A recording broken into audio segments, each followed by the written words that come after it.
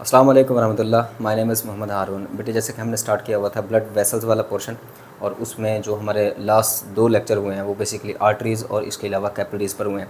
तो आज के इस लेक्चर के अंदर जो थर्ड कंपोनेंट है ब्लड वेसल्स का, वेन्स, उनको हमने डिस्कस करना है। और साथ साथ हमारे पास एक छोटा सा आर्टिकल है इंटरस्टिशियल फ्लूइड, उसको भी हमने डिटेल से डिस्कस करना है। तो स्टार्ट करते हैं। वेन्स क्या हैं ज़रा उनके बारे में हम देखते हैं। तो सबसे पहले डेफिनेशन है, type of blood vessels that bring blood back toward the heart. Blood vessels की ऐसी टाइप जो दिल की तरफ खून को लेकर आती हैं। कहाँ से? यानी कि बॉडी से हार्ट की तरफ ब्लड को लेकर आती हैं, उनको हम क्या कहते हैं बेटा? वेन्स कहते हैं। क्लियर? तो बिल्कुल उलट है डेफिनेशन। आर्टरीज़ का क्या काम था कि हार्ट से बॉडी की तरफ लेकर जा रही थी, और बॉडी से हार्ट की तरफ जो ब्लड वेसल्स लेकर आती हैं ना खून को, उनको हम क्या कहते हैं बेटा?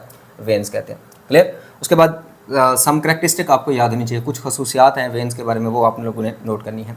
All veins carry D oxygenated blood. तमाम जो वेन्स होती हैं उनमें डी ऑक्सीजनेटेड ब्लड है। और आपको पता है कि एक्सेप्शन तो लाजमी हमने लिखनी होती है, एक्सेप्ट पल्मोनरी वेन, जो कि हमने शुरू से ही पढ़ा हुआ है। ये नाम हमें रट गया है कि पल्मोनरी वेन के अंदर जी ऑक्सीजनेटेड ब्लड होता है। कहाँ से आती है? ये लंग से आती है और हार्ट की तरफ ब्लड को लेकर आती है। क्लियर? तो ऑक्सीजनेटेड ब्लड को लेकर आती है। इसके अलावा दूसरी जो वेन है जिसका नाम आपको याद होना चाहिए बेटा, वो है हमारे पास अम्बिलिकल वेन भी हम उसे कहते हैं। ये दूसरी वेन ऐसी है जिसके अंदर ऑक्सीजनेटेड ब्लड होता है। क्लियर? उसके बाद नेक्स्ट वन है कि हैविंग लो ब्लड प्रेशर। इनके अंदर ब्लड प्रेशर बहुत कम होता है। देखिए, प्रेशर तब लगेगा जब फोर्स अप्लाई की जाएगी, फोर्स लगेगी।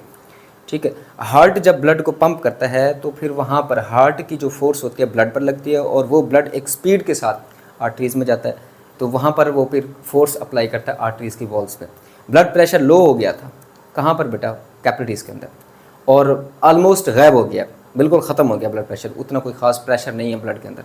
और उसके बाद जब वेन्स की बात आएगी तो जाहिर बात है वहाँ पर ब्लड प्रेशर और ज़्यादा लो हो जाएगा, यानी ना होने के बराबर है। लो ब्लड प्रेशर है इनके अंदर। No pulse can be felt. ठीक है, वेन्स के ज़रिए आप कोई पल्स नहीं फील करते। तो आप अक्सर देखते हैं कि सर हम जो है ना ऐसे हाथ लगा के नब्ज़ अपनी चेक करते हैं रिस्ट के ऊपर। ठीक है, तो वो कैसे होता है? बेसिकली वो आपकी आर्टरीज़ होती हैं, वेन्स नहीं होती।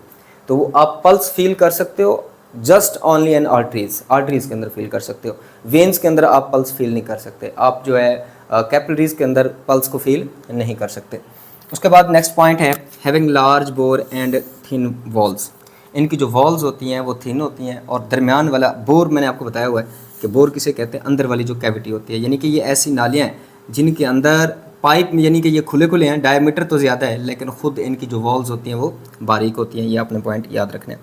नेक्स्ट वन है no exchange of material takes place through vein. एक ही हमारे पास ब्लड वेसल ऐसी है जिसके ज़रिए जो है वो एक्सचेंज ऑफ मटेरियल होता है। वो लास्ट लेक्चर के अंदर हमने डिस्कस किया था। वो जस्ट ओनली हमारी कैपिलरीज़ हैं, और ये एमसीक्यूज़ के लिए भी पूछा जाता है। वहाँ से एक्सचेंज ऑफ मटेरियल होता है, मटेरियल का तबादला होता है। आर्टरीज़ के ज़रिए भी नहीं होता, और इसके अलावा वेन्स के ज़रिए भी नहीं होता। यहाँ पर आपके जहन में सवाल आ सकता है, सर इनके ज़रिए एक्सचेंज ऑफ मटेरियल क्यों नहीं होता? अब इसमें बात यह है कि इनका डायमीटर ज़्यादा होता है, इनकी थिकनेस ज़्यादा होती है, इनकी मोटाई ज़्यादा होती है। ठीक, और डिफ्यूजन, इफ्यूजन, एक्टिव ट्रांसपोर्ट, इन सब प्रोसेस के लिए जो है वो थिन मेम्ब्रेन होनी चाहिए, पतली मेम्ब्रेन होनी चाहिए। वो हमारे पास सिर्फ कैपिलरीज़ के अंदर है, जिनके अंदर हमने देखा था single layer of squamous epithelial tissue मौजूद है। क्लियर? तो इसलिए इनके अंदर जो है एक्सचेंज ऑफ मटेरियल नहीं हो सकेगा। Not deep in the muscles. ये हमारे मसल्स में ज़्यादा गहराई में नहीं होती। आर्टरीज़ की बात करें ना, आर्टरीज़ की, तो आर्टरीज़ जो है ना वो हमारे मसल्स के अंदर डीप होती हैं, गहरी होती हैं। ये नालियाँ हमें नज़र भी नहीं आती, आर्टरीज़ को आप देख नहीं सकते। कैन बी सीन, लेकिन आप वेन्स को देख सकते हो। ब्लू वेसल्स, जो आपकी बॉडी के ऊपर नीले कलर की नालियाँ नज़र आ रही होती है ना, वो वेन्स होती हैं। तो आपने अक्सर फील किया होगा आपके हाथों के ऊपर जो है, और इसके अलावा आपके बाजू के ऊपर आपने ख़ास तौर पर नोट किया होगा, आपको जो है ब्लू शेड में, नीली शेड में कुछ नाले नज़र आ रही होती है, वो असल में आपकी वेन्स होती हैं। अब इसकी वजह क्या है? वेन्स को कुदरत ने सुपरफिशली क्यों रखा हुआ है, और आर्टरीज़ को जो है वो मसल्स के अंदर डीप क्यों रखा हुआ है? यानी कि आर्टरीज़ मसल के अंदर क्यों छुपी हुई है, और जो वेन्स हैं वो थोड़ा सा बाहर क्यों मौजूद हैं? देखिए, आप इमेजिन करें कि अगर खुदा न खास्ता आपको कट लग जाए, ठीक, और आपकी आर्टरी कट हो जाए, तो उसमें ब्लड प्रेशर ज़्यादा है, तो ज़्यादा स्पीड के साथ बाहर जो है वो ब्लड निकलेगा। वेन्स के अंदर ब्लड प्रेशर लो होता है, तो इसलिए ब्लड का फ़्लो ज़्यादा नहीं हो सकेगा और आपका ब्लड ज़ाय होने से बच जाएगा। ठीक, तो इसलिए आर्टरीज़ को डीप रखा हुआ है कि कहीं ना कहीं कट लग जाए, और फिर आर्टरीज़ के अंदर प्रेशर तो ज़्यादा है, इसलिए बड़ी तेज़ी के साथ जो है खून निकलना शुरू हो जाएगा, तो जो रुकने का नाम भी नहीं लेगा। ये बात भी आपने जहन में रखनी है। तो वेन्स को इसलिए सुपरफिशियली रखा हुआ है और आर्टरीज़ को डीप रखा हुआ है। क्लियर बेटा? तो उसके बाद इनके अंदर ये जो वेन्स होती हैं ना, वैसे सिंपली हमने ये देखा था कि आर्टरीज़ जब वीक होती हैं तो आर्टीरियोल्स बनाती हैं, फिर कैपिलरीज़, और कैपिलरीज़ के मिलने से वेन्यूल्स बनते हैं जिनका डायमीटर जो है 50 to 70, ठीक है बेटा, नैनोमीटर तक इनका डायमीटर होता है। और वेन्यूल्स मिलकर वेन्स बनाती हैं और वेन्स मिलकर वेना केवा बनाती हैं। फिर वेना केवा किस में ओपन होंगे? वेना केवा ओपन होंगे बेटा आपके जो है वो राइट एट्रियम में। राइट एट्रियम में जाकर वेना केवा खुलते हैं। एक होता है हमारे पास सुपीरियर वेना केवा, और जिसे प्री कैवाल भी कहते हैं, और इन्फीरियर वेना केवा जिसको पोस्ट कैवाल भी कहा जाता है। ये आपने पॉइंट याद रखने हैं। तो बेसिकली हुआ क्या है, कैपिलरीज ने मिलकर क्या बनाया? वेन्यूल्स, और वेन्यूल्स से क्या बनी? वेन्स, और वेन्स आगे जो है वो वेना केवा के अंदर खुलेंगे, और वेना केवा आगे आपके दिल के जो राइट एट्रियम है वहाँ जाके खुलेंगे। क्लियर? उसके बाद नेक्स्ट शॉर्ट क्वेश्चन है आपके बोर्ड का, briefly explain the structure of veins. Veins की स्ट्रक्चर को एक्सप्लेन करें। तो वेन्स की जो स्ट्रक्चर में 3 लेयर्स होती हैं। सबसे बाहर वाली लेयर है जिसे हम ट्यूनिका एडवेंटिशिया भी कहते हैं, और इसके अलावा ट्यूनिका, इसे एक्सटर्ना भी कहा जाता है, ट्यूनिका एक्सटर्ना भी कहा जाता है। तो ये एक्सटर्नल लेयर है और इसके अंदर कोलेजिनस कनेक्टिव टिश्यू मौजूद है, बिल्कुल वैसे ही है जैसे कि हमने पहले देखा हुआ। उसके बाद जो दरम्यान वाली लेयर है ट्यूनिका मीडिया, ये thin layer of circular muscles. ये पॉइंट डिफरेंस का है, ये आपने नोट करना है। हमने पढ़ा था आर्टरीज़ के अंदर वहाँ थिक लेयर होती है, स्मूथ मसल्स की एक बड़ी मोटी सी लेयर होती है, लेकिन अगर हम बात करें वेन्स की तो यहाँ थिन लेयर होती है स्मूथ मसल्स की। इसके अलावा इनके अंदर कोलेजिनस फाइबर जो मजबूती देते हैं और इलास्टिक फाइबर जो इलास्टिसिटी या लचक देते हैं वो भी इसके अंदर दरमियान वाली लेयर में मौजूद होंगे। तो अगर हम डिफरेंस की बात करें तो बेसिक जो फ़र्क आता है ना, डिफरेंस आता है, वो है जो मिडल लेयर है ट्यूनिका मीडिया, उसकी कन्फिग्रेशन में है कि वहाँ पर जो थिक लेयर थी स्मूथ मसल्स की, और यहाँ पर क्या है बेटा? थिन लेयर है। इसके अलावा ट्यूनिका इंटीमा, इसका नाम है ट्यूनिका इंटरना भी हम उसे कहते हैं, ये इंटरना वर्ड भी आप लगा सकते हो, ठीक। ये स्मूथ मसल्स की बनी हुई है। इसके अलावा एंडोथीलियल सेल्स होते हैं और फ्यू इलास्टिक फाइबर्स मौजूद होते हैं। तो आपको डायग्राम में ये नज़र आ रहा है, ये इसकी आउटर कवरिंग है, क्लियर, और ये इसकी बेटा मिडल कवरिंग है, और ये इसकी ग्रीन कलर में इंटरनल है। तो नाम इनके लिख दिए हैं, वो आप लोगों ने नोट कर लेना। लेकिन अगर आप देखें ना, बोर या दरमियान में जो सुराख है या होल है वो ज़्यादा है, थिकनेस इसकी जो है वो बेटा कम है आर्टरीज़ की निस्बत, अगर हम कंपैरिजन देखें तो। क्लियर बेटा? तो ये स्ट्रक्चर आपको बोर्ड में शॉर्ट क्वेश्चन के लिए पूछी जा सकती है। तो वेन्स के अंदर ब्लड फ्लो को कैसे मेंटेन किया जाता है? वहाँ पर तो हमने सिंपली ये देखा था कि स्मूथ मसल्स जो थे वो काफ़ी थिक थे, ठीक है, और उनकी कंट्रैक्शन से ब्लड फ्लो को मेंटेन किया जा रहा था। इसके अलावा दिल ने फोर्स लगाई हुई थी, प्रेशर था, उससे ब्लड की सप्लाई हो रही थी। लेकिन वेन्स जो दिल की तरफ ब्लड लेकर आ रही हैं, उनके पास तो ऐसा कोई निज़ाम नहीं है, क्योंकि उनके पास तो थिन मसल्स हैं। फिर ब्लड वापस कैसे आता है? ग्रेविटी भी तो एक्ट करती है ना, तो ब्लड की डायरेक्शन कैसे होगी, ये पॉसिबल कैसे होगी? तो ये 2 तरीके हैं जिसके ज़रिए ब्लड के फ़्लो को कंट्रोल किया जाता है। एक है बेटा हमारे पास कुछ वॉल्व्स मौजूद होते हैं, और उन वॉल्व्स को हम कहते हैं semi lunar valve, semi lunar valve भी हम इसे कहते हैं। ये ऑब्जेक्टिव के लिए आपको याद होने चाहिए। Which type of blood vessels contain semi lunar valve? तो अब उसने में आप लोगों ने ऑप्शन लगाना है वेन्स का, वो राइट आपका ऑप्शन बनेगा। तो ये वॉल्व्स मौजूद होते हैं। इसके अलावा मसल्स मौजूद हैं। जहाँ जहाँ आपकी वेन्स है ना, उसके बाहर मसल्स हैं। आपके जो स्केलेटल मसल्स होते हैं ना, जैसे आपके मसल्स के दरमियान में वेन्स मौजूद हैं, तो साइड से उसको मसल्स ने घेरा हुआ है। तो मसल्स की कंट्रैक्शन से ब्लड फ्लो अपवर्ड होता है, ऊपर की तरफ आएगा।